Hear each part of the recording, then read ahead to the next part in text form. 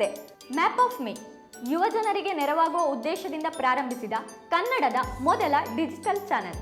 ವಿದ್ಯಾರ್ಥಿಗಳಿಗೆ ಯಾವ ಕೋರ್ಸ್ ಆಯ್ಕೆ ಮಾಡಿಕೊಂಡು ಭವಿಷ್ಯ ರೂಪಿಸಿಕೊಳ್ಳೋದ್ರ ಬಗ್ಗೆ, ವಿದ್ಯಾಭ್ಯಾಸವನ್ನು ಮುಗಿಸಿರುವ ಯುವಕರಿಗೆ ಉದ್ಯೋಗವನ್ನು ಪಡೆಯಲು ಅಥವಾ ಹೊಸ ಉದ್ಯೋಗವನ್ನು ಪ್ರಾರಂಭಿಸಲು ಬೇಕಾದ ಎಲ್ಲ ಮಾಹಿತಿಗಳನ್ನು ಈ ಚಾನೆಲ್ ನಿಮಗೆ ತಿಳಿಸಿಕೊಡುತ್ತದೆ. ಇವುಗಳಿಗೆ ಅಗತ್ಯವಾದ ಕೌಶಲ್ಯಗಳನ್ನು ಯುವ ಜನತೆಗೆ ಕಲಿಸುವುದಕ್ಕೆ ಈ ಚಾನೆಲ್ ಸಹಾಯ ಮಾಡುತ್ತದೆ. ಯುವತಿಯರ ವಿದ್ಯಾಭ್ಯಾಸ ಮತ್ತು ಅವರು ಉದ್ಯೋಗವನ್ನು ಪಡೆಯುವುದಕ್ಕೆ ಅಥವಾ ಹೊಸ ಉದ್ಯಮವನ್ನು ಪ್ರಾರಂಭಿಸುವುದರ ಬಗ್ಗೆ ನಾವು ಹೆಚ್ಚಿನ ಗಮನ ಹರಿಸುತ್ತೇವೆ. ಹಾಗಿದ್ರೆ ಮತ್ತಿನ್ಯಾಕ್ ತಡ? ಈಗಲೇ ನಮ್ಮ www.mapofme.in ಅನ್ನು ಸಬ್ಸ್ಕ್ರೈಬ್ ಮಾಡಿ. ಇದು ಸಂಪೂರ್ಣ ಉಚಿತವಾಗಿದ್ದು ಪ್ರತಿದಿನ ಹೊಸ ಉದ್ಯಮ ಮತ್ತು ಕೌಶಲ್ಯಗಳ ಬಗ್ಗೆ ಸಮಗ್ರ ಮಾಹಿತಿಯನ್ನು ನೀಡುತ್ತದೆ. ದೈನಂದಿನ ವಿಡಿಯೋಗಳನ್ನು ಪಡೆಯಲು, ಹೊಸ ಕೌಶಲ್ಯಗಳ ಬಗ್ಗೆ ಕಲಿಯಲು ಮತ್ತು ಹೊಸ ವೃತ್ತಿಯನ್ನು ಆರಂಭಿಸಲು ಇಂದೇ ನಮ್ಮ ಚಂದಾದಾರರಾಗಿ. ಬರೀ ಅಷ್ಟೇ ಅಲ್ಲ, ಇಲ್ಲಿ ನಿಮ್ಮ ಪ್ರೊಫೈಲ್ ಅನ್ನು ಕ್ರಿಯೇಟ್ ಮಾಡಿದರೆ MOMನಲ್ಲಿ ನಾವು ದಿನನಿತ್ಯ ಕೇಳುವ ಪ್ರಶ್ನೆಗಳಿಗೆ ನೀವು ಸರಿಯಾದ ಉತ್ತರ ನೀಡಿದಲ್ಲಿ ಆಕರ್ಷಕ ಬಹುಮಾನಗಳನ್ನು ಪಡೆಯುವ ಅವಕಾಶ ನಿಮ್ಮದಾಗುತ್ತದೆ. ಹೊಸ ಜೀವನವನ್ನು ರೂಪಿಸಿಕೊಳ್ಳಲು ಇರುವ 26 ಹಂತಗಳಲ್ಲಿ 8ನೇ ಹಂತದ ಬಗ್ಗೆ ಮಾತಾಡೋಣ. ಮ್ಯಾಪ್ ಆಫ್ ಮೀಯ 26 ಹಂತದ ಸವಾಲಿಗೆ ಸ್ವಾಗತ. ಇಂದು ನಾವು ಒತ್ತಡದ ಬಗ್ಗೆ ಮಾತನಾಡೋಣ. ನೀವು ಎಂದಾದರೂ ಒತ್ತಡದಲ್ಲಿ ಕೆಲಸ ಮಾಡಿದ್ದೀರಾ? ಉದಾಹರಣೆಗೆ ಸ್ನೇಹಿತರ ಒತ್ತಡ. ಇದನ್ನು ನಾವು ಪೀರ್ ಪ್ರೆಷರ್ ಎನ್ನುತ್ತೇವೆ. ಒತ್ತಡ ಎಂದರೆ ನಿಮ್ಮ ಸ್ವಾತಂತ್ರ್ಯವನ್ನು ನಿರ್ಬಂಧಿಸುವುದು. ಅಂದರೆ ನಿಮ್ಮ ಜೀವನದಲ್ಲಿ ಬೇರೊಬ್ಬರು ನಿರ್ಧಾರವನ್ನ ತೆಗೆದುಕೊಳ್ಳೋದು. ನೀವು ಯಾವಾಗಲೂ ನಿಮ್ಮ ಮನಸ್ಸಿನ ಮಾತನ್ನು ಕೇಳಬೇಕು. ಆದ್ರೆ ಅದರ ಅರ್ಥ ಪೋಷಕರ ಮಾತನ್ನು ನಿರ್ಲಕ್ಷಿಸಬೇಕು ಎಂದಲ್ಲ. ನೀವು ಪೋಷಕರಿಗೆ ಸರಿಯಾದ ತರ್ಕಗಳೊಂದಿಗೆ ನಿಮ್ಮ ವಿಷಯಗಳನ್ನ ವಿವರಿಸಬೇಕು. ಇದರಿಂದ ಅವರು ನಿಮ್ಮನ್ನ ಬೆಂಬಲಿಸುತ್ತಾರೆ. ನೀವು ಏನು ಮಾಡಲು ಬಯಸುತ್ತೀರಿ ಮತ್ತು ಅದರಿಂದ ನೀವು ಯಾವ ಪ್ರಯೋಜನಗಳನ್ನ ಪಡೆಯುತ್ತೀರಿ ಎಂಬುದನ್ನು ಅವರಿಗೆ ತಿಳಿಸಿ. ನೀವು ಉದ್ಯಮಿಯಾಗಲು ಬಯಸಿದರೆ ನಿಮ್ಮ ಸಂಪೂರ್ಣ ಯೋಜನೆಯನ್ನು ಅವರಿಗೆ ತಿಳಿಸಿ. ಇದರಿಂದ ನೀವು ಯಶಸ್ವಿ ಉದ್ಯಮಿಯಾಗಲು ಅವರು ನಿಮ್ಮನ್ನ ಬೆಂಬಲಿಸುತ್ತಾರೆ. ಬನ್ನಿ, ಈಗ ನಾವು ಉದ್ಯಮಿಯಾಗಲು ಈ ಪ್ರಮುಖ ಕ್ರಮಗಳನ್ನು ತೆಗೆದುಕೊಳ್ಳೋಣ. ನಮ್ಮ ಕೋ ಹೋಸ್ಟ್ ಶ್ರೇಯಸ್ ಅವರು ಇವತ್ತು ಯಾರನ್ನ ಭೇಟಿ ಮಾಡ್ತಾರೆ, ಯಾವ ಹೊಸ ವಿಷಯವನ್ನ ನಿಮ್ಗೋಸ್ಕರ ತಗೊಂಡ್ ಬರ್ತಾರೆ ಅಂತ ನೋಡೋಣ. ಹಾಯ್ ಶ್ರೇಯಸ್. ಹಾಯ್ ಸೌಮ್ಯ. ಅರೆ, ಇದೇನಿದು, ನೀವಿವತ್ತು ಸ್ಪೋರ್ಟ್ಸ್ ಮ್ಯಾನ್ ತರ ತಯಾರಾಗಿದ್ದೀರಾ? ಮೇಳಕ್ಕೆ ತಕ್ಕಂತೆ ತಾಳ ಅಂತ ನೀವು ಕೇಳಿರ್ತೀರ, ಹಾಗೆ ಇದನ್ನು ಆಟಕ್ಕೆ ತಕ್ಕಂತೆ ವೇಷ. ಇವತ್ತು ನಮ್ಮ ವೀಕ್ಷಕರಿಗೆ ನಾವು ಸ್ಪೋರ್ಟ್ಸ್ ಕರಿಯರ್ ಬಗ್ಗೆ ಮಾಹಿತಿ ನೀಡಬೇಕು, ಹಾಗಾಗಿ ಈ ಗೆಟಪಲ್ಲಿ ಬಂದೆ.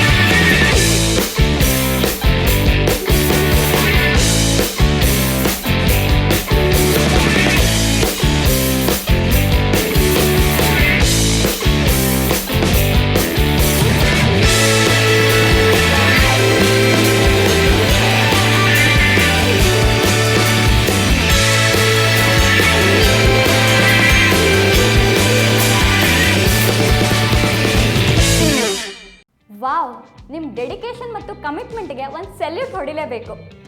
ಹೌದು, ಇವತ್ತು ನೀವು ಮೊದಲಿಗೆ ಯಾರನ್ನ ಪರಿಚಯ ಮಾಡಿಸ್ತಾ ಇದ್ದೀರಾ? ಅದ್ರ ಬಗ್ಗೆ ನಾನು ಆಮೇಲೆ ಹೇಳ್ತೀನಿ. ಅದಕ್ಕೂ ಮುಂಚೆ ನಾವು ಮಾತಾಡೋದು ತುಂಬಾನೇ ಇದೆ.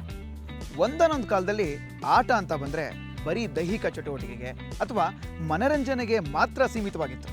ಕೆಲವೊಂದು ಆಟಗಳು ಮಕ್ಕಳಿಗೆ ಅಂತ ಮಾತ್ರ ಸೀಮಿತವಾಗಿದ್ದರೆ, ಇನ್ನಷ್ಟು ಆಟಗಳು ಒಲಿಂಪಿಕ್ಸ್ಗೆ ಅಥವಾ ಬೇರೆ ಬೇರೆ ಸ್ಪರ್ಧೆಗಳಿಗೆ ಸೀಮಿತವಾಗಿದ್ವು. ಹೆಚ್ಚಿನ ಜನ ಆಟ ಅಂತಂದರೆ ಕ್ರಿಕೆಟು, ಫುಟ್ಬಾಲು, ಹಾಕಿ ಅಂತ ನಂಬುವ ಕಾಲನ ದಾಟಿ ನಾವು ಮುಂದೆ ಬಂದ್ಬಿಟ್ಟಿದ್ದೀವಿ. ಆದರೆ ಇತ್ತೀಚಿನ ದಿನಗಳಲ್ಲಿ ಜನರ ಮೈಂಡ್ಸೆಟ್ ಚೇಂಜ್ ಆಗಿದೆ.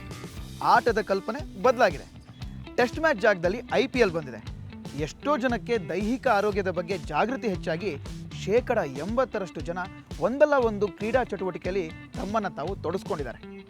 ಆಟ ಆಡ್ತಾರೆ ಅಂದಮೇಲೆ ಅದನ್ನು ಹೇಳ್ಕೊಡೋರು ಕೂಡ ಇರಲೇಬೇಕಲ್ವಾ, ಲೈಕ್ ಟ್ರೈನರ್ಸ್ ಅವ್ರ ಕೋಚ್. ಈ ಕಾಲ ಸೃಷ್ಟಿ ಮಾಡ್ಕೊಂಡಿರೋ ಉದ್ಯೋಗ ಅವಕಾಶಗಳಲ್ಲಿ ಇದು ಕೂಡ ಒಂದು. ಈ ಆಟದ ಕ್ಷೇತ್ರದಲ್ಲಿ ಕೆಲಸ ಮಾಡ್ತಾ ತಮ್ಮ ಜೀವನನ ರೂಪಿಸ್ಕೊಂಡಿರೋ ಕೆಲವರನ್ನ ನಾವು ಇವತ್ತು ಮಾತಾಡ್ಸೋಣ. ಬನ್ನಿ. ಇವತ್ತಿನ ವಿಷಯ ತುಂಬಾ ಇಂಟ್ರೆಸ್ಟಿಂಗ್ ಆಗಿದೆ. ಇದರಲ್ಲಿ ಮುಖ್ಯವಾಗಿ ನಾವು ಕ್ರೀಡಾಪಟುವಾಗಿ, ತರಬೇತುದಾರನಾಗಿ ಅಥವಾ ಒಳಾಂಗಣ ಕ್ರೀಡಾಂಗಣವನ್ನು ಸ್ಥಾಪಿಸುವ ಮೂಲಕ ಕ್ರೀಡೆಯಲ್ಲಿ ತಮ್ಮ ವೃತ್ತಿ ಜೀವನವನ್ನು ಹೇಗೆ ರೂಪಿಸಿಕೊಳ್ಳಬಹುದು ಎಂಬುದನ್ನು ತಿಳಿದುಕೊಳ್ಳಬಹುದು. ಇದರ ಜೊತೆಯಲ್ಲಿ ಹುಡುಗಿಯರು, ಮಹಿಳೆಯರು ಕ್ರೀಡೆಯನ್ನು ತಮ್ಮ ವೃತ್ತಿಯನ್ನಾಗಿ ತೆಗೆದುಕೊಳ್ಳಲು ಬಯಸಿದರೆ ಅವರು ಭವಿಷ್ಯವನ್ನು ರೂಪಿಸಿಕೊಳ್ಳಬಹುದಾ ಎಂಬುದನ್ನು ಅರಿಯಬಹುದು. ಇವತ್ತಿನ ಸಂಚಿಕೆಯಲ್ಲಿ ನಾವು ನೋಡುವ 2 ವಿಷಯಗಳೆಂದರೆ ಸರ್ಫಿಂಗ್ ಬಗ್ಗೆ ಎಷ್ಟು ಯುವಕರಿಗೆ ತಿಳಿದಿದೆ ಹಾಗೂ ದೈಹಿಕ ಮತ್ತು ಮಾನಸಿಕ ಆರೋಗ್ಯಕ್ಕೆ ಕ್ರೀಡೆಗಳ ಪ್ರಯೋಜನಗಳು ಏನೇನು ಎಂಬುದನ್ನು ನಾವಿವತ್ತು ತಿಳ್ಕೊಳ್ಳೋಣ. ನಿಮಗೆ ಮನಸ್ಸಲ್ಲೇ ಅನ್ನಿಸ್ತಾ ಇರ್ಬೋದು, ಮಹಿಳೆಯರು ಕ್ರೀಡೆಯನ್ನು ವೃತ್ತಿಯನ್ನಾಗಿ ತಗೊಳ್ಬೋದಾ ಅಂತ. ಯಾಕಾಗಲ್ಲ? ಬರೀ ವೃತ್ತಿಯಾಗಿ ಮಾತ್ರ ಅಲ್ಲ, ತಮ್ಮಂತೆ ಇತರರನ್ನು ತರಬೇತುಗೊಳಿಸಿ ಅವರಿಗೂ ಈ ಕ್ಷೇತ್ರದಲ್ಲಿ ಜೀವನವನ್ನು ರೂಪಿಸಿಕೊಳ್ಳುವ ಕಾರ್ಯವನ್ನು ಮಾಡಬಹುದು. ಆದರೆ ಇದನ್ನೆಲ್ಲ ಮಾಡೋದಕ್ಕೆ ಧೈರ್ಯ ಬೇಕು. ಧೈರ್ಯ ಯಾಕೆ ಬೇಕು ಅಂತ ನಾನು ಹೇಳ್ತೀನಿ. ನಿಮಗೆ ಗೊತ್ತೇ ಇದೆ, ಯಾವುದೇ ಹೊಸ ಉದ್ಯಮವನ್ನು ಶುರು ಮಾಡೋದಕ್ಕೂ ಮುನ್ನ ಅದಕ್ಕೆ ಸೂಕ್ತ ಗ್ರಾಹಕರು ಇದ್ದಾರಾ ಅಂತ ನೋಡಬೇಕಾಗತ್ತೆ. ತಲೆಯಲ್ಲಿ ಆಲೋಚನೆ ಬಂತು ಅಂತ ಹಿಂದೆ ಮುಂದೆ ಯೋಚಿಸದೆ ಹಾಗೆ ನುಗ್ಬಿಟ್ರೆ ಅದರ ಪರಿಣಾಮವನ್ನು ಮುಂದೆ ಎದುರಿಸಬೇಕಾಗತ್ತೆ. ಅದ್ರ ಬಗ್ಗೆ ಆಮೇಲೆ ಮಾತಾಡೋಣ. ಗ್ರಾಹಕರು ಸಿಗ್ತಾರೆ ಅಂದರೆ ಅವರು ಎಷ್ಟು ಕಾಲ ಸಿಗ್ತಾರೆ ಅನ್ನೋದನ್ನು ನೋಡಬೇಕು. ಅದಾದಮೇಲೆ ನಮ್ಮ ಉದ್ಯಮ ಜನರ ಜೀವನಕ್ಕೆ ಎಷ್ಟು ಹತ್ತಿರವಾಗಿದೆ, ಎಷ್ಟು ಉಪಯುಕ್ತವಾಗಿದೆ ಅಂತ ನೋಡಬೇಕು. ಅದು ಬಿಡಿ, ಹೇಳ್ತಾ ಹೋದರೆ ಬೇರೆ ಎಪಿಸೋಡೇ ಶುರುವಾಗ್ಬಿಡುತ್ತೆ. ಕ್ರೀಡಾ ಕ್ಷೇತ್ರದಲ್ಲಿ ಮಹಿಳೆಯರು ತಮ್ಮ ಉದ್ಯೋಗವನ್ನು, ಜೀವನವನ್ನು ಕಂಡುಕೊಳ್ಬೋದಾ ಎಂಬ ಪ್ರಶ್ನೆಗೆ ಬರುವುದಾದರೆ ಅದಕ್ಕೆ ಉತ್ತರ ಖಂಡಿತ ಸಾಧ್ಯವಿದೆ ಎಂಬುದೇ. ನಮ್ಮ ಮ್ಯಾಪ್ ಆಫ್ ಮೀ ತಂಡ ಮೈಸೂರಿನಲ್ಲಿ ಭೇಟಿಯಾದ ಪೂಜಾ ಮತ್ತು ಅವರ ಪತಿಯ ಅನುಭವಗಳನ್ನು ಆಧರಿಸಿ ತಯಾರಿಸಿದ ಸ್ಟೋರಿಯನ್ನು ನೀವು ನೋಡಿದ್ರೆ ಈ ಪ್ರಶ್ನೆಗೆ ಖಂಡಿತ ಉತ್ತರ ಸಿಗುತ್ತೆ. ಅಷ್ಟಕ್ಕೂ ಅವರು ಏನು ಹೇಳಿದ್ದಾರೆ? ಕ್ರೀಡಾ ಕ್ಷೇತ್ರಕ್ಕೆ ಸಂಬಂಧಿಸಿದಂತಹ ಯಾವ ಉದ್ಯಮವನ್ನು ಅವ್ರು ನಡೆಸ್ತಾ ಇದ್ದಾರೆ? ಇಂಥದ್ದೊಂದು ಯೋಚನೆ ಅವ್ರಿಗೆ ಹೇಗೆ ಬಂತು? ಈ ಉದ್ಯಮವನ್ನು ಪ್ರಾರಂಭಿಸಿದ ಮೇಲೆ ಅವರಿಗೆ ಯಾವ ಥರ ರೆಸ್ಪಾನ್ಸ್ ಸಿಕ್ತು? ಏನೇನು ಸವಾಲುಗಳು ಎದುರಾದವು? ಇವೇ ಮೊದಲಾದ ಪ್ರಶ್ನೆಗಳಿಗೆ ಮೊದಲು ಉತ್ತರವನ್ನು ಕಂಡುಕೊಳ್ಳೋಣ. ಬನ್ನಿ, ಅವರ ವಿಡಿಯೋವನ್ನು ನೋಡಿಕೊಂಡು ಮುಂದಕ್ಕೆ ಹೋಗೋಣ. ಎಲ್ಲರೂ ಫೈಟ್ ಮಾಡಬೇಕು, ಬಟ್ ನನಗೆ ಯಾರೂ ಒಪಿನಿಯನ್ಸ್ ಇರ್ತಿರ್ಲಿಲ್ಲ. ಬಿಕಾಸ್ ಒಬ್ಬಳೇ ಇದ್ದಿದ್ದರಿಂದ ನಮ್ಮ ಸರು ಹಿಂದೆ ಮುಂದೆ ನೋಡಿದ್ರೆ ಹುಡುಗರ ಜೊತೆ ಫೈಟ್ ಮಾಡೋಕ್ಕೆ ಬಿಡ್ತಿದ್ವಿ. ಬಟ್ ನನಗೆ ತುಂಬ ನರ್ವಸ್ ಆಗ್ತಿತ್ತು. 3 ಮಂತ್ಸು ಕೂಡ ಅಳ್ತಿದ್ದೆ, ಎಲ್ಲ ಮಾಡ್ತಿದ್ದೆ. ಬಟ್ 3rd ಮಂತಿಂದ ಬರೀ 3 ಮಂತ್ಸಿಂದ ಹೊಡಿಸ್ಕೊಳ್ಳೋದೇ ಆಯಿತು. ಇಲ್ಲ, ಹೊಡಿಲೇಬೇಕು ಅಂತ ಒಂದು ಸ್ಟ್ರಾಂಗ್ ಡಿಸಿಷನ್ ತೊಗೊಂಡು ಆವಾಗ ಫೈಟ್ ಮಾಡೋಕ್ಕೆ. ನನ್ನ ಹೆಸರು ಪೂಜಾ ಹರ್ಷ, CEO of ASD fight club. ಈ ಒಂದು ಮಾರ್ಷಲ್ ಆರ್ಟ್ಸ್ಗೆ ನನಗೆ ಏನು ಹೇಳೋದು, ಸೋ ದ ಸೀಡ್ಸ್ ಅಂತ ಹೇಳ್ತಾರಲ್ಲ, it was my father. I grew up watching Jackie Chan ಮತ್ತು ಬ್ರೂಸ್ ಲೀ ಇವ್ರದ್ದು ಮೂವೀಸ್ ನೋಡೇ ನಾನು ಬೆಳೆದಿದ್ದು. I don't remember watching some other movies. I started it as a student first, ಆಮೇಲೆ ಫೈಟರ್ ಆದೆ, ಆಮೇಲೆ I become a coach. Coach ಆದ ನಂತರ ರೆಫ್ರಿ ಆದಮೇಲೆ I open my own academy. 1.5 years back we open another club. ಈಗ 2 clubs ಇದೆ. And I train in 16 schools in Mysuru and Bangalore. This is how one part of the ಇದರಲ್ಲಿ you can continue ಅಥವಾ make your career this way. Any fighters ನನ್ನ martial arts ಫೀಲ್ಡಲ್ಲಿ fight ಮಾಡಬೇಕು, ಒಳ್ಳೆ fighter ಆಗಬೇಕು, champion ಆಗಬೇಕು ಅಂತಂದವ್ರಿಗೆ ಮೇಯ್ನಾಗಿ ಡೆಡಿಕೇಶನ್ ಇರಬೇಕು. That is the main thing. Talent ಅನ್ನೋದಕ್ಕಿಂತ hard work I think is a very important role ಅಂತ ಹೇಳ್ತೀನಿ. ಎಲ್ಲ ಹೆಣ್ಮಕ್ಳಿಗೂ ಇಂಡಿಪೆಂಡೆಂಟ್ ಆಗಬೇಕು ಅನ್ನೋದು ಎಲ್ರಿಗೂ ಇದೆ, ಎಲ್ಲ ಹುಡುಗಿರಿಗೂ ಆ ಒಂದು ಆಸೆ ಇದೆ. But just by financially independent ಆಗೋದ್ರಿಂದ ಒಂದು ವುಮೆನ್ ಇಂಡಿಪೆಂಡೆಂಟ್ ಅಂತ ಅನ್ನೋದು I say it's wrong. Physically ಅಂದರೆ ಎಲ್ಲ ಥರನೂ ಫಿನಾನ್ಷಿಯಲಿನೂ ಇಂಡಿಪೆಂಡೆಂಟ್ ಆಗಿರಬೇಕು. She has to be strong emotionally and ಮೇಯ್ನಾಗಿ ಅವ್ರಿಗೆ ಪ್ರೊಟೆಕ್ಟ್ ಮಾಡ್ಕೊಳಕ್ಕಾಗಬೇಕು. ನೋಡಿದ್ರಲ್ಲ ವೀಕ್ಷಕರೇ, ಪೂಜಾ ಮತ್ತು ಅವರ ಪತಿ ಹೇಗೆ ಸಮರಕಲೆ ಮತ್ತು ಸ್ವರಕ್ಷಣಾ ಕೌಶಲ್ಯಗಳನ್ನು ಹೇಳಿಕೊಡುತ್ತಾ ತಮ್ಮ ಜೀವನವನ್ನು ರೂಪಿಸಿಕೊಂಡಿದ್ದಾರೆ. ಇದು ನಿಮಗೂ ಮಾದರಿಯಾಗಬಹುದು ಅಂತ ಹೇಳ್ತಾ, ನೀವಿಲ್ಲಿ ಗಿಫ್ಟ್ ವೋಚರ್ಗಳನ್ನು ಗೆಲ್ಬಹುದು ಅಂತ ನಿಮಗೆ ಗೊತ್ತಾ? ಹಾಗಿದ್ರೆ ಮತ್ತಿನ್ಯಾಕ್ ತಡ? ಮೊದಲು ಸೈನ್ ಅಪ್ ಆದ 50 ಜನರಿಗೆ ಮಾತ್ರ ಇಕೋ ಸ್ಟೋರ್ ಅವರ ಕಡೆಯಿಂದ ಗಿಫ್ಟ್ ವೋಚರ್ ಗೆಲ್ಲುವ ಅವಕಾಶವಿದೆ. ಮತ್ತು ನಮ್ಮ ವೆಬ್ಸೈಟ್ನಲ್ಲಿ ನಾವು ಕೇಳುವ 2 ಪ್ರಶ್ನೆಗಳಿಗೆ ಸರಿಯಾದ ಉತ್ತರ ನೀಡಿದ ಮೊದಲ 100 ಜನರಲ್ಲಿ ನೀವು ಒಬ್ಬರಾಗಿದ್ದರೆ ನೀವು ಕೂಡ ಗಿಫ್ಟ್ ವೋಚರನ್ನು ಗೆಲ್ಲಬಹುದು. ಮ್ಯಾಪ್ ಆಫ್ ಮೀಯ ಮುಂದಿನ ಕತೆ ಯಾರದ್ದು ಅಂತ ನೋಡೋಣ. ಇವತ್ತು ನಾನು ಹೇಳೋಕೆ ಹೊರಟಿರೋ ಕತೆ ಸರ್ಫ್ ಕ್ಲಬ್ನದ್ದು. ಅಪ್ಪಳಿಸೋ ಸಮುದ್ರದ ಅಲೆಗಳ ಮೇಲೆ ಕುಪ್ಪಳಿಸೋ ಆಟವನ್ನು ಹೇಳ್ಕೊಡೋರ ಕತೆ.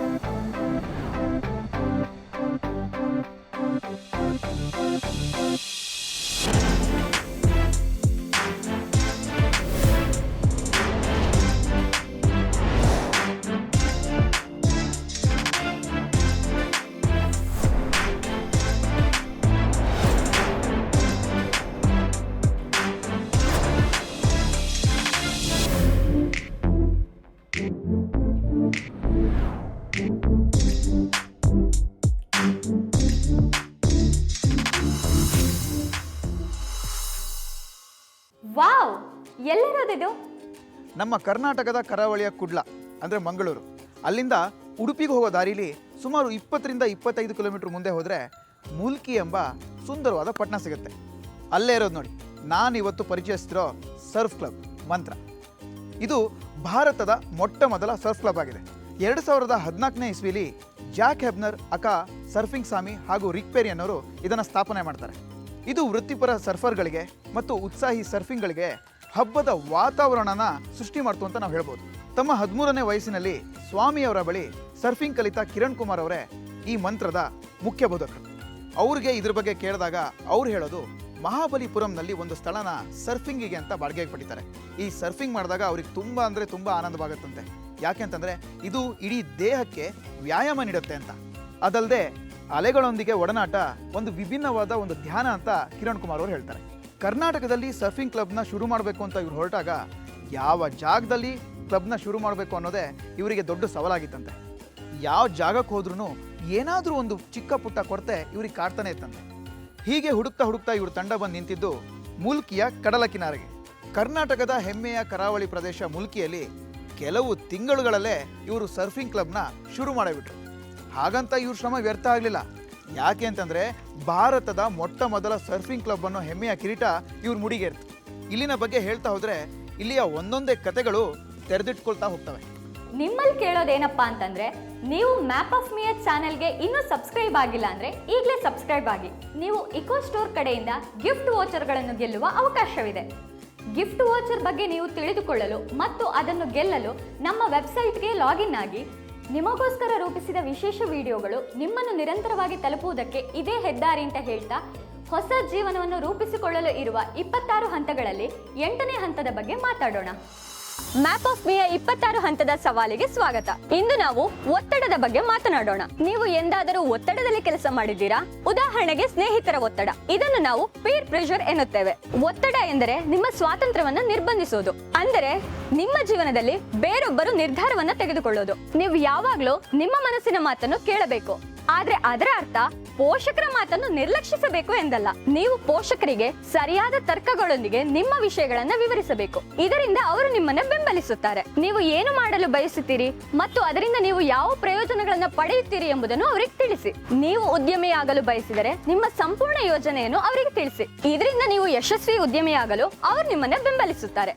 ಬನ್ನಿ, ಈಗ ನಾವು ಉದ್ಯಮಿಯಾಗಲು ಈ ಪ್ರಮುಖ ಕ್ರಮಗಳನ್ನು ತೆಗೆದುಕೊಳ್ಳೋಣ. ನೋಡಿದ್ರ ಸೌಮ್ಯ, ಎಷ್ಟು ಚೆನ್ನಾಗಿ ಮಳೆ ಬರ್ತಿದೆ ಅಂತ. ಹೌದಲ್ಲ, ಈ ವರ್ಷ ಮಳೆ ಕಡಿಮೆ ಆಗೋ ಲಕ್ಷಣನೇ ಇಲ್ಲ. ಹಾಗಂತ ನಾವು ಸುಮ್ಮನೆ ಕೂತ್ರೆ ಆಗತ್ತಾ? ನೀವು ಮುಂದುವರಿಸಿ. ಸರಿ, ನಾನು ಎಲ್ಲಿದ್ದೆ? ಮಂತ್ರ ಶುರು ಮಾಡಬೇಕಾದ್ರೆ ತುಂಬಾ ಕಷ್ಟ ಆಯ್ತಂತೆ ಕಿರಣ್ ಕುಮಾರ್ ಅವ್ರಿಗೆ. ಬಟ್ ಇವರಿಗಿದ್ದ ಉತ್ಸಾಹನೇ ಎಲ್ಲ ಕಷ್ಟಗಳನ್ನು ಮೆಟ್ಟಿ ನಿಲ್ಲುವಂಥ ಒಂದು ಶಕ್ತಿ ತುಂಬಿತು ಅಂತ ಇವ್ರು ಹೇಳ್ತಾರೆ. ಆದರೆ ಈಗ ಇದರ ವ್ಯಾಖ್ಯಾನ ಬದಲಾಗಿದೆ. ಮಂತ್ರ ಜನಜನಿತವಾಗಿದೆ. ಸಾವಿರಾರು ಜನ ಮಂತ್ರಕ್ಕೆ ಭೇಟಿ ನೀಡ್ತಾ ಇದ್ದಾರೆ. ಹಾಗಾಗಿ ಕಿರಣ್ ಕುಮಾರ್ ಅವರ ಕಣ್ಣಲ್ಲಿ ಖುಷಿಯ ಬೆಳಕು ಕಾಣ್ತಾ ಇದೆ. ಕಿರಣ್ ಕುಮಾರ್ ಅವರ ಮಾತಲ್ಲೇ ಹೇಳೋದಾದರೆ ಇಲ್ಲಿ ಸರ್ಫಿಂಗ್ ಮಾಡೋದಕ್ಕೆ ಯಾವುದೇ ರೀತಿ ತೊಂದರೆ ಆಗಲ್ಲ. ಯಾಕೆಂದರೆ ಸ್ಥಳ ತುಂಬ ವಿಶಾಲವಾಗಿದೆ ಅಂತ. ಈ ಕಿಕ್ಕಿರಿದ ಸ್ಥಳಗಳಾಗಿದ್ದರೆ ಈ ಥರ ಸರ್ಫಿಂಗ್ ಮಾಡೋಕ್ಕೆ ಆಗ್ತಿರ್ಲಿಲ್ಲ ಅಂತ ಅವ್ರು ಹೇಳ್ತಾರೆ. ಮಂತ್ರದಲ್ಲಿ ನೀವು ಧ್ಯಾನ ಮಾಡ್ಬೋದು, ಯೋಗ ಮಾಡ್ಬೋದು, ಈಜ್ಬೋದು, ಕಯಾಕಿಂಗ್ ಮಾಡ್ಬೋದು, ಹಾಗೆ ಸ್ಟ್ಯಾಂಡಪ್ ಪೆಡ್ಲಿಂಗ್ ಕೂಡ ಮಾಡ್ಬೋದು. ಇಲ್ಲಿನ ಸ್ಥಳಾಕೃತಿ ಮತ್ತು ಅಲೆಗಳ ತೀವ್ರತೆಯನ್ನು ಗಮನಿಸಿದ್ರೆ ಇಲ್ಲಿ ಸುನಾಮಿಯಂಥ ಅಪಾಯಗಳು ಕಡಿಮೆ ಅಂತ ಅವ್ರು ಹೇಳ್ತಾರೆ. ಬರೇ ಪ್ರವಾಸಿಗರಿಗೆ ಮಾತ್ರ ಮಂತ್ರ ಸರ್ಫ್ ಕ್ಲಬ್ ಅವಕಾಶ ಕೊಡುತ್ತೆ ಅಂತ ನೀವು ಭಾವಿಸ್ತೀರಾದ್ರೆ ಅದು ಖಂಡಿತ ತಪ್ಪು. ಪ್ರಾರಂಭದ ದಿನಗಳಿಂದಲೂ ಮಂತ್ರವು ಸ್ಥಳೀಯರಿಗೆ ಮತ್ತು ಮಕ್ಕಳಿಗೆ, ಹತ್ತಿರದ ಹಳ್ಳಿಯ ಶಾಲೆಯ ಮಕ್ಕಳಿಗೆ ಸರ್ಫಿಂಗ್ ಬಗ್ಗೆ ಪ್ರಾರಂಭಿಕ ಹಂತದ ಕಾರ್ಯಾಗಾರಗಳನ್ನು ನಡೆಸುತ್ತದೆ. ಭಾರತದ ಮೊದಲ ಮತ್ತು ಏಕೈಕ ವೃತ್ತಿಪರ ಸರ್ಫ್ ಫೋಟೋಗ್ರಾಫರ್ ರಾಮಮೋಹನ್ ಪರಂಜಪೆಯವರು ಕೂಡ ಮಂತ್ರ ಕ್ಲಬ್ನಲ್ಲಿ ಕಲಿಸುತ್ತಾರೆ. ಇದೆಲ್ಲದರ ಒಟ್ಟು ಮೊತ್ತವಾಗಿ ಕೆಲವೇ ದಿನಗಳಲ್ಲಿ ಅನೇಕ ಪ್ರಮುಖ ಪ್ರಯಾಣ ಮಾರ್ಗದರ್ಶಿಗಳು, ವಿವಿಧ ಮಾಧ್ಯಮಗಳು ಮತ್ತು ಲೋನ್ಲಿ ಪ್ಲಾನೆಟ್ನಂತಹ ನಿಯತಕಾಲಿಕೆಗಳಲ್ಲಿ ಸಾಕಷ್ಟು ಪ್ರಚಾರವನ್ನು ಪಡೆದಿದೆ. ಕೊಠಡಿ ಬಾಡಿಗೆಗೆ, ಸರ್ಫ್ ಮಾಡಲು ಮತ್ತು ಸಾತ್ವಿಕ ಆಹಾರವನ್ನು ಸವಿಯಲು ಒಂದು ಸ್ಥಳವಿದೆ ಎಂದು ಜನರಿಗೆ ಗೊತ್ತಾದ ನಂತರ ನಮ್ಮ ವ್ಯವಹಾರ ಹಿಂದಿರುಗಿ ನೋಡಿದ್ದೇ ಇಲ್ಲ. ವಾರಕ್ಕೆ 2 ಅತಿಥಿಗಳಿಂದ ಶುರುವಾಗಿದ್ದು ಈಗ ನಾವು ತಿಂಗಳಿಗೆ 10,000 ಅತಿಥಿಗಳನ್ನು ಸ್ವಾಗತಿಸಿ ಉಪಚರಿಸುವ ಮಟ್ಟಕ್ಕೆ ಬೆಳೆದಿದ್ದೇವೆ ಎಂದು ಹರ್ಷ ವ್ಯಕ್ತಪಡಿಸುತ್ತಾರೆ ಮಂತ್ರದ ಕಿರಣ್. ಇಷ್ಟೆಲ್ಲ ಸಾಧ್ಯತೆಗಳು ಸುಮ್ಮನೆ ಈಡೇರುವುದಿಲ್ಲ.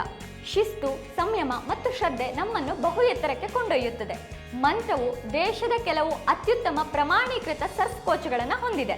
ವಿದ್ಯಾರ್ಥಿಗಳಿಗೆ ಕೋಚ್ಗಳಾಗುವಂತೆ ಕಲಿಸುವ ಏಕೈಕ ಕ್ಲಬ್ ಕೂಡ ಇದಾಗಿದೆ ಎಂಬುದು ಹೆಮ್ಮೆ ಪಡಬೇಕಾದ ವಿಷಯ. Once you get bitten by the bug surfing, there's no going back. All your blood just rushes in, clears everything out. All you're thinking is just, how am I going to ride this wave?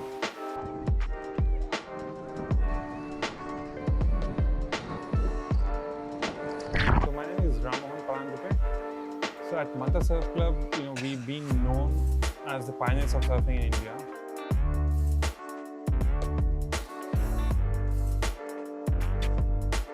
Initially, it's good to be comfortable in water. The second thing is, if you're a good swimmer, a decent swimmer, that helps. The third thing is obviously having good fitness helps a great deal. Proper equipment, proper instructors, would be the other important thing as well. So there's two types of surfing. One is old school, which is longboard, where it's all about classic style, where you walk onto the board, you walk back, turn around, and stuff like that. And the modern surfing is a shortboard, so where it's just all about turns, aerials, and backflips, and all kind of stuff.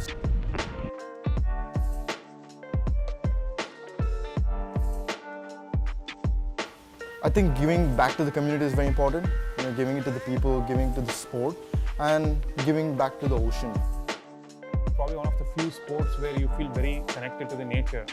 A lot of the aspects of surfing is beyond your control. So one day you can get good waves. One day you probably no waves. One day it will be sunny, one day it will be rainy. So whatever the situation is or whatever the condition is, you have to go along with it. It's all about you and the ocean. It's all about riding the wave, enjoying it. Map of me ಆತ್ಮೀಯ ವೀಕ್ಷಕರೇ, ನೋಡಿದ್ರಲ್ಲ, ಒಂದು ಹೊಸ concept ಇಟ್ಕೊಂಡು ಉದ್ಯಮವನ್ನು ಶುರು ಮಾಡಿದ್ರೆ ಹೇಗೆಲ್ಲ ಸಕ್ಸಸ್ ಆಗ್ಬೋದು ಅಂತ. ನಮ್ಮ ಕೋ ಹೋಸ್ಟ್ ಶ್ರೇಯಸ್ ಮುಂದೆ ಯಾರನ್ನ ಮಾತಾಡಿಸ್ತಾರೆ ಅಂತ ನೋಡೋಣ. ಹಾಯ್ ಸೌಮ್ಯ, ಇವಾಗ ನಾನು ಬೆಂಗಳೂರಿನ ಹೊಸಕೆರೆ ಹಳ್ಳಿಲಿದ್ದೀನಿ. ಇವಾಗ ನಾನು ದೀಪಕ್ ಅನ್ನೋರನ್ನ ಮೀಟ್ ಮಾಡಕ್ಕೆ ಹೋಗ್ತಾ ಇದ್ದೀನಿ. ಓ ನೈಸ್, ನನ್ನ ಕಡೆಯಿಂದ ಒಂದು ಹಾಯ್ ಹೇಳಿ ಅವರಿಗೆ. ದೀಪಕ್ ಓದಿನ ಜೊತೆಗೆ ಕ್ರೀಡೆಯನ್ನು ಇಷ್ಟಪಡುವಂಥ ಒಬ್ಬ ಕ್ರೀಡಾಪಟು. ನಾನು ಆಗಲೇ ಹೇಳಿದಾಗೆ ದೀಪಕ್ ಪಾಠದ ಜೊತೆಗೆ ಆಟವನ್ನು ಪ್ರೀತಿಸೋರು ಅಂತ. ದೀಪಕ್ ಮನೆಯಿಂದ ಕಾಲೇಜು 5ರಿಂದ 6 ಕಿಲೋಮೀಟರ್ ಆಗುತ್ತಂತೆ. ಅವರು ಪ್ರತಿ ಬಾರಿನೂ ಕಾಲೇಜ್ಗೆ ಬೈಕ್ನಲ್ಲೇ ಹೋಗ್ತಾರಂತೆ. ಕಾಲೇಜು ನಿಜವಾಗಿಯೂ ತುಂಬಾ ಒಳ್ಳೆಯದು. ನಾನು ಪಾಠದ ಜೊತೆ ಆಟಕ್ಕೂ ಕೂಡ ಸರಿಸಮಾನವಾದ ಪ್ರಾಮುಖ್ಯತೆ ಕೊಡ್ತೀನಿ. ಇಲ್ಲಿ ನಾನು ಕಬಡ್ಡಿ, ಕ್ರಿಕೆಟ್, ವಾಲಿಬಾಲ್ ಮತ್ತು ಬ್ಯಾಡ್ಮಿಂಟನ್ ಅಂತಹ ಹಲವು ಕ್ರೀಡೆಗಳನ್ನು ಇಲ್ಲಿ ಆಡ್ತೀನಿ ಅಂತ ಅವ್ರು ಹೇಳ್ತಾರೆ. ಪ್ರತಿ ಶಿಕ್ಷಕರು ಕೂಡ ಇಲ್ಲಿ ತುಂಬಾ ಚೆನ್ನಾಗಿ ಪ್ರೋತ್ಸಾಹ ನೀಡ್ತಾರೆ. ಪ್ರತಿಯೊಬ್ಬರು ಕೂಡ ತುಂಬ ಸ್ನೇಹಮಯ ಮತ್ತು ಸಹಕಾರ ನೀಡ್ತಾರೆ ಅಂತ ಹೇಳ್ತಾರೆ. ಇದರಿಂದ ಕಲಿಯೋಕೆ ತುಂಬಾ ಸಹಾಯ ಆಗುತ್ತೆ ಅಂತ ದೀಪಕ್ ಅವ್ರು ಹೇಳ್ತಾರೆ. ವಿದ್ಯಾರ್ಥಿಗಳಾದ ನಮಗೆ ಯಾವುದೇ ರೀತಿಯ ಅನುಮಾನ ಬಂದ್ರೂ ಡೈರೆಕ್ಟಾಗಿ ಶಿಕ್ಷಕರನ್ನೇ ನಾವು ಕಾಂಟ್ಯಾಕ್ಟ್ ಮಾಡ್ಬೋದು ಅಂತ ಇವ್ರು ಹೇಳ್ತಾರೆ. ಹಲೋ, ನನ್ನ ಹೆಸರು ದೀಪಕ್ ಅಂತ. ನಾನು ಇಲ್ಲೇ ವೀರಭದ್ರ ಸಿಗ್ನಲ್ ಇರೋದು. ನಮ್ಮ college ordinance first aid college ಅಂತ. ನಾನು ಇಲ್ಲಿಂದ ಒಂದು 4 to 5 ಕಿಲೋಮೀಟರ್ಸ್ ಆಗುತ್ತೆ. ನಾನು ಇಲ್ಲೇ ನನ್ನ ಓನ್ ವೆಹಿಕಲ್ ಹೋಗ್ತೀನಿ. ಕಾಲೇಜ್ಗೆ ಹೋಗೋಕ್ಕೆ ಅರೌಂಡ್ 45 ಮಿನಿಟ್ಸ್ ತೊಗೊತೀನಿ. ಸಮ್ಟೈಮ್ಸ್ ಟ್ರಾಫಿಕ್ ಇತ್ತು ಅಂದರೆ 1 hour ಆಗುತ್ತೆ. ಕಾಲೇಜ್ ಬಗ್ಗೆ ಹೇಳ್ಬೇಕಂದ್ರೆ ಅಲ್ಲಿ ಸ್ಟಡೀಸ್ ಎಲ್ಲ ತುಂಬ ಚೆನ್ನಾಗಿದೆ. ಆಮೇಲೆ ಸ್ಪೋರ್ಟ್ಸ್ ಅಂತೂ ತುಂಬ ಇಂಪಾರ್ಟೆನ್ಸ್ ಕೊಡ್ತಾರೆ. Like kabaddi, cricket, volleyball, badminton. Teachers ಎಲ್ಲ ತುಂಬ ಫ್ರೆಂಡ್ಲಿ ಆಗಿದ್ದಾರೆ. ಅವ್ರು ತುಂಬ ಹೆಲ್ಪ್ ಮಾಡ್ತಾರೆ. ಏನಾದರೂ ಪ್ರಾಬ್ಲಮ್ ಆಯಿತು, ಏನಾದ್ರು ಡೌಟ್ಸ್ ಇತ್ತು ಅಂದರೆ ಡೈರೆಕ್ಟಾಗಿ ಕಾಂಟ್ಯಾಕ್ಟ್ ಮಾಡ್ಬೋದು ಅವ್ರನ್ನ. ಅದೆಲ್ಲ ಪ್ರಾಬ್ಲಮ್ ಇಲ್ಲ.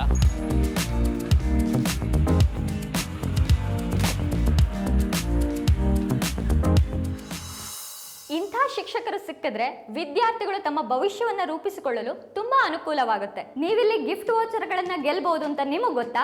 ಹಾಗಿದ್ರೆ ಮತ್ತಿನ್ಯಾಕ್ ತಡ?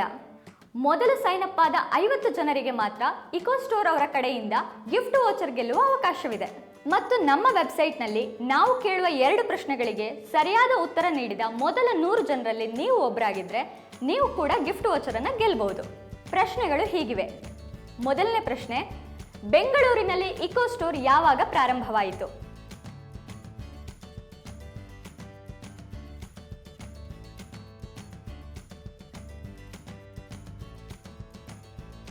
ಎರಡನೇ ಪ್ರಶ್ನೆ, ಇಕೋ ಸ್ಟೋರ್ ಏನನ್ನು ಪೂರೈಸುತ್ತದೆ?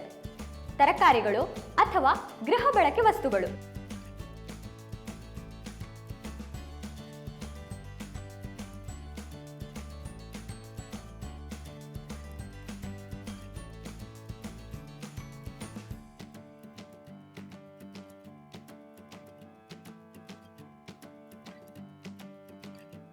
ಕಲಿತ ವಿದ್ಯೆಗೆ ಕೆಲಸ ಸಿಗದಿದ್ದರೆ ಆಡಿದ ಆಟವಾದರೂ ತುತ್ತಿನ ಚೀಲ ಕಟ್ಟಲು ನೆರವಾಗುತ್ತದೆ. ಬರೀ ಇಷ್ಟೇ ಅಲ್ಲ, ಇಮೇಲ್ನ ಸಾಧಕರು ಹೇಳಿದಂತೆ ವಿಭಿನ್ನ ಕಾನ್ಸೆಪ್ಟ್ನಲ್ಲಿ ಹೊಸ ಉದ್ಯಮವನ್ನು ಪ್ರಾರಂಭಿಸಿದರೆ ಯಶಸ್ಸು ನಮ್ಮದಾಗತ್ತೆ ಅಂತ ಹೇಳ್ತಾ ಇವತ್ತಿನ ಈ ಸಂಚಿಕೆಯನ್ನು ಮುಗಿಸ್ತಾ ಇದ್ದೀನಿ. ಧನ್ಯವಾದಗಳು.